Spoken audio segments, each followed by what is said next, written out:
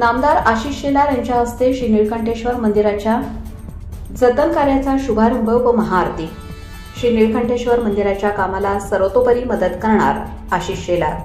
निलंगा येथील श्री निळकंठेश्वर मंदिराचे ऐतिहासिक पुरातन स्वरूपात जतन व संवर्धन करण्यासाठी प्रयत्न केले जातील। या कामाला भरीव निधी उपलब्ध करून देण्यासह मंदिर व परिसरातील बारवांना राज्य संरक्षित वास्तू घोषित करण्याचा निर्णय घेतला जाईल, असे राज्याचे माहिती तंत्रज्ञान व सांस्कृतिक कार्यमंत्री ॲडव्होकेट आशिष शेलार यांनी सांगितले। श्री निळकंठेश्वर मंदिर व परिसराच्या पाहणीनंतर ते बोलत होते। यावेळी त्यांनी श्री निळकंठेश्वर महाआरतीस उपस्थिती लावली। यावेळी माजी मंत्री तथा निलंगा विधानसभा मतदारसंघाचे आमदार संभाजीराव पाटील निलंगेकर, पुरातत्व विभागाचे संचालक तेजस गर्गे, तांत्रिक सल्लागार तेजस्विनी आंबळे, जिल्हा परिषदेचे माजी अध्यक्ष राहुल केंद्रे, भाजपाचे युवा नेते अरविंद पाटील निलंगेकर, भाजपा लातूर जिल्हा शहराध्यक्ष अजित पाटील कव्हेकर, सामाजिक कार्यकर्ते लिंबन महाराज रेशमे यांच्यासह श्री निळकंठेश्वर मंदिर विश्वस्त पदाधिकारी, नागरिक यावेळी मोठ्या संख्येने उपस्थित होते। आपला महाराष्ट्र सांस्कृतिकदृष्ट्या समृद्ध आहे।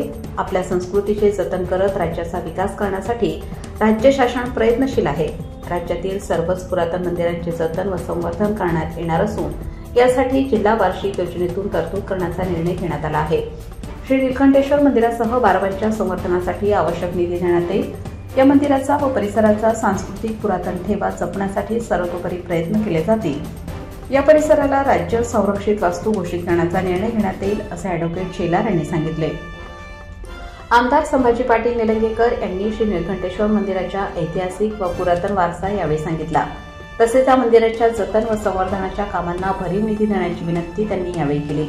तांत्रिक सल्लागार तेजस्विनी आंबळे यांनी मंदिराच्या जतन व संवर्धनासाठी आवश्यक कामांची माहिती दिली।